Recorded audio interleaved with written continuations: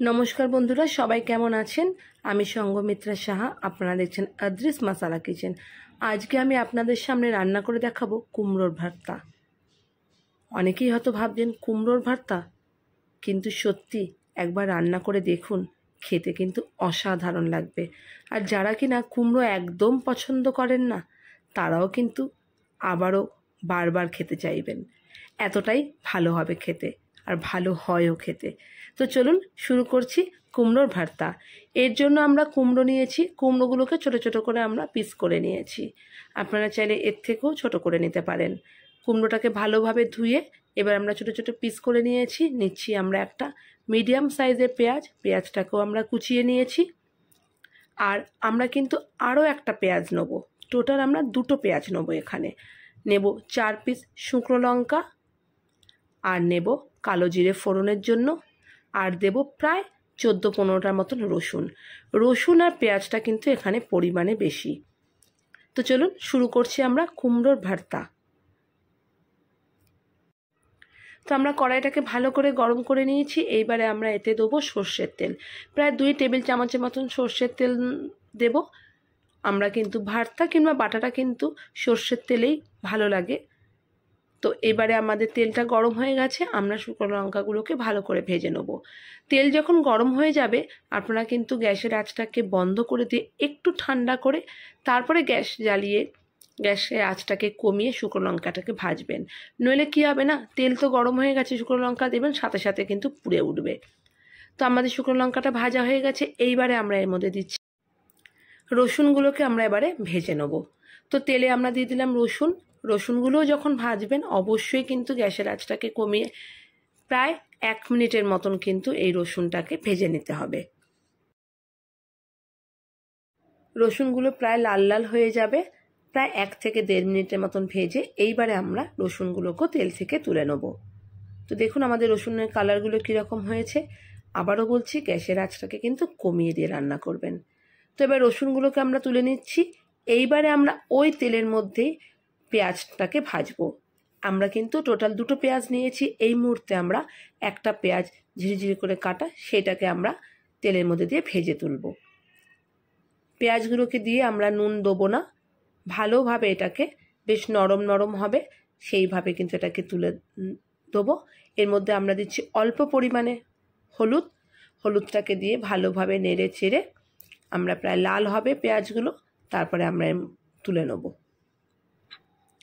পেঁয়াজের মধ্যে এবার হলুদটা দিলাম, হলুদটাকে দিয়ে ভালোভাবে নেড়ে চেড়ে বেশ পেঁয়াজটা যখন সফট হয়ে যাবে আর একটা ব্রাউনিশ কালার আসবে, তখন আমরা পেঁয়াজগুলোকে তেলের থেকে তুলে নেব। তো এই কুমড়ো ভর্তাটা কিন্তু অবশ্যই আপনারা বাড়িতে ট্রাই করবেন, আর কার কীরকম লাগলো জানাতে কিন্তু ভুল করবেন না কমেন্টস লিখে। আর ভালো লাগলে এই রেসিপিটা আমার চ্যানেলটি কিন্তু সাবস্ক্রাইব করবেন, শেয়ার করবেন, পাশে থাকা বেল আইকনের অল বাটনটা কিন্তু প্রেস করে দেবেন। তো দেখুন আমাদের পেঁয়াজও ভাজা হয়ে গেছে, আমরা পেঁয়াজটাকেও তেলের থেকে তুলে নিচ্ছি। এইবারে আমরা ওই তেলেই দিয়ে দিচ্ছি প্রায় 1 চামচের মতন, চা চামচের মতন কালো জিরে ফোড়ন দিয়ে এবারে আমরা কুমড়োগুলোকে দিয়ে দেবো। কুমড়োগুলোকে দিয়ে ভালোভাবে এবারে নেড়ে চেড়ে নেবো তেলের মধ্যে, প্রায় তেলে ফ্রাই করার মতন করে। দিয়ে দিচ্ছি সামান্য পরিমাণ নুন, আমরা কিন্তু এর আগে নুন কিন্তু একদমই ব্যবহার করিনি। দিয়ে দিলাম হলুদ। তো এই নুনের পরিমাণটা কিন্তু আপনারা প্রথম থেকে একটু কম দেবেন, তার কারণ কুমড়োটা কিন্তু নরম হয়ে যাবে, গিয়ে কিন্তু এটা মাখা মাখা হবে, ফলে এটা কিন্তু পরিমাণে কমে আসবে। তো নুনের পরিমাণটা সেই বুঝে প্রথমে বেশি দিয়ে দেবেন না। হলুদ দিয়ে আমরা ভালোভাবে এটাকে নেড়ে চেড়ে প্রায় মিনিট খানেক এটাকে ভালোভাবে তেলের মধ্যে ফ্রাই করব। তারপরে এটাকে আমরা ঢেকে দেবো। ঢেকে দিয়ে 5 থেকে 7 মিনিট এটাকে আমরা রান্না হতে দেবো, মানে কুমড়োগুলো যাতে নরম হয়ে যায় ততক্ষণে। দেখুন কুমড়োগুলো আমাদের প্রায় ভাজা ভাজা হয়েছে। এইবারে আমরা এটাকে ঢেকে দিচ্ছি 5 থেকে 7 মিনিটের জন্য। আমরা এটাকে ঢেকে দিয়েছিলাম 5 থেকে 7 মিনিটের জন্য। দেখুন কুমড়োটার একটা দিক কিন্তু প্রায় লাল লাল হয়ে গেছে, আর কুমড়ো কিন্তু সফট হয়ে গেছে, কারণ কুমড়ো কিন্তু নরম হতে কিংবা রান্না হতে বেশিক্ষণ সময় লাগে না। এইবারে আমরা এই খুন্তির সাহায্যে কুমড়োগুলোকে ঘেটে দেবো, আর নইলে আপনারা যদি চান হাতার পেছনটা দিয়ে, কিংবা যদি আপনাদের কাছে ম্যাশার থাকে সেই ম্যাশার দিয়েও আপনারা করতে পারেন। তো আমি এখানে দেখুন আপনাদের খুন্তির সাহায্যে কিভাবে আপনারা ম্যাশ করবেন সেটা দেখাচ্ছি। কারণ কুমড়ো যেহেতু প্রচণ্ড নরম, তো ফলে বেশি লাগবে না আপনারা যদি খুন্তি দিয়ে এটাকে ম্যাশ করেন। আমি এই খুন্তি দিয়েও দেখাচ্ছি, এরপরে আমি ম্যাশার দিয়েও আপনাদের ম্যাশ করে দেখাবো। তো এই তেল থেকে কিন্তু আর কুমড়োগুলোকে তোলার দরকার নেই। তো দেখুন আমরা ম্যাশার দিয়ে কীরকমভাবে কুমড়োটাকে ম্যাশ করে দিলাম, পুরো ঘেটে গেল। তো এই ম্যাশার দিয়ে ম্যাশ করার পরে এই দেখুন ম্যাশার দিয়ে ম্যাশ করা হয়ে গেছে, কীরকম এটাকে ঘেটে গেছে। আপনারা চাইলে ঠান্ডা করেও কিন্তু আপনারা খুন্তি দিয়ে কিংবা হাতার পেছনটা দিয়ে আপনারা ম্যাশ করে নিতে পারেন। এই কুমড়োর ভর্তা কিন্তু ভাতের সাথে ভীষণ ভাল লাগে। আপনারা কিন্তু অবশ্যই পরোটা দিয়ে একবার ট্রাই করবেন। হয়তো অনেকেরই মনে হবে কুমড়োর ভর্তা আবার পরোটা দিয়ে, কথা দিলাম খেয়ে দেখবেন তারপরে বলবেন, অসাধারণ লাগবে কিন্তু। ঠিক যেরকম আমরা পাশে আচার নিয়ে নিই ঠিক ওরকম। এবারে আমরা এই কুমড়োর মধ্যে দিয়ে দিলাম যেটা পেঁয়াজটাকে ভেজে রেখেছিলাম, সেই পেঁয়াজটাকে দিয়ে দিলাম। আর দিয়ে দেবো একটা গোটা মাপ সাইজের পেঁয়াজ কুচিয়ে নিয়েছিলাম, এই কাঁচা পেঁয়াজ। তো একটা ভাজা পেঁয়াজ দিলাম, একটা কাঁচা পেঁয়াজ দিলাম, দিয়ে এইবারে আমরা গ্যাসের আঁচটাকে কিন্তু কমিয়ে প্রায় 30 সেকেন্ডের মতন ভালোভাবে এটাকে নাড়াচাড়া দিয়ে নেব। দু রকমের পেঁয়াজ দিয়ে ভালোভাবে এটাকে কষতে থাকবো। তো আমাদের এক রকমের পেঁয়াজ কিন্তু ভাজা, মানে টাইপ অফ বেরেস্তা, তবে খুব বেশি বেরেস্তা একদম কালো করে নয়। আর হাফ পেঁয়াজ দিলাম আমরা কাঁচা পেঁয়াজ। ভালোভাবে এটাকে খুব করে কষাতে থাকবেন যতক্ষণে না এটা প্রায় কড়াইটাকে ছেড়ে আসে।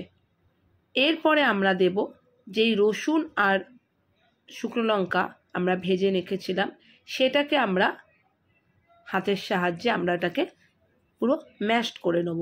শুকনো লঙ্কাটাকে হাতের সাহায্যে গুঁড়িয়ে নেব, আর রসুনটাকে আপনারা চাইলে কোনো কাঁটা চামচ দিয়ে কিংবা হাত দিয়ে এটাকে পুরো একদম মানে কি বলবো ম্যাশ করে নিয়ে তারপরে আপনারা রসুন আর শুকনো লঙ্কাটাকে এই কুমড়ো যে ভর্তাটা বানিয়েছি, মানে যেটা রান্না হচ্ছে তার মধ্যে আমরা দিয়ে দেবো শুকনো লঙ্কা আর রসুনটাকে। তো আমরা কিন্তু এখানে শুকনো লঙ্কাটাকে রসুনটাকে ম্যাশড করছি। আপনারা চাইলে এই রসুনটাকে কিংবা শুকনো লঙ্কাটাকে নুনের সাহায্যেও ম্যাশ করতে পারেন, নুন দিয়ে, তাহলে আরও বেশি স্মুথ হবে পেস্টটা। তবে তাহলে কিন্তু আপনারা ওই ভর্তাতে কিন্তু নুনটা তখন দেবেন না।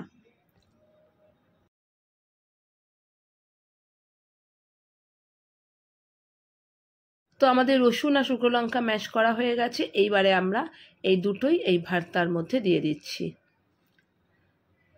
এইবারে আবারও আমরা প্রায় 30 থেকে 1 মিনিটের মতন আমাদের কিন্তু কুমড়োর ভর্তা প্রায় রেডি পরিবেশন করার জন্য। আবার আমরা এটাকে মোটামুটি 30 থেকে 1 সেকেন্ডের মতন ভালোভাবে কষিয়ে নেব। গ্যাসের আঁচ কিন্তু অবশ্যই কমিয়ে আপনারা এই কাজটি করবেন, নইলে কি হবে না, একটা সাইড লালচে হয়ে যাবে কিন্তু ভেতরটা কাঁচা থেকে যাবে। তো এই কষাতে কষাতে যখন দেখবেন পুরো জিনিসটা কড়াই থেকে ছেড়ে আসছে আর প্রায় তেল বেরিয়ে গেছে, তাহলে আমাদের কিন্তু ভর্তা রেডি পরিবেশন করার জন্য। গরম ভাতের সাথে কিন্তু অসাধারণ লাগে। আর যারা কিনা কুমড়ো খেতে একদম পছন্দ করে না, কুমড়ো দেখলেই মাথা গরম হয়ে যায়, তারাও কিন্তু খেতে পারবেন, কথা দিচ্ছি তো, দারুণ লাগবে। একবার কিন্তু ট্রাই করবেন, যারা খান না তারা অবশ্যই। তো আমি এখানে কিন্তু আরেকটু পরিমাণ নুন দিয়ে দিলাম, কারণ আমি দেখলাম নুনের পরিমাণটা একটু কম আছে তাই। তো আপনারাও কিন্তু যখন নামাবেন একবার একটু দেখবেন নুনের পরিমাণটা। এই বাটা ভর্তা এগুলোতে কিন্তু একটু নুন আর ঝালটা কিন্তু বেশি লাগে। তো নুনটা দিয়ে দিয়েছি। এবারে আমাদের প্রায় রেডি ভর্তা পরিবেশন করার জন্য। তো চলুন এটাকে নামিয়ে আমরা পরিবেশন করি গরম গরম ভাতের সাথে। তো আজকে কিন্তু আমি পরোটা করিনি, আপনারা কিন্তু পরোটার সাথেও ট্রাই করবেন। আর লিখতে কিন্তু ভুল করবেন না কেমন লাগলো আমার এই রেসিপিটা আপনাদের। ভালো থাকবেন সবাই, দেখা হবে নতুন কোনো রেসিপির সাথে। নমস্কার বন্ধুরা।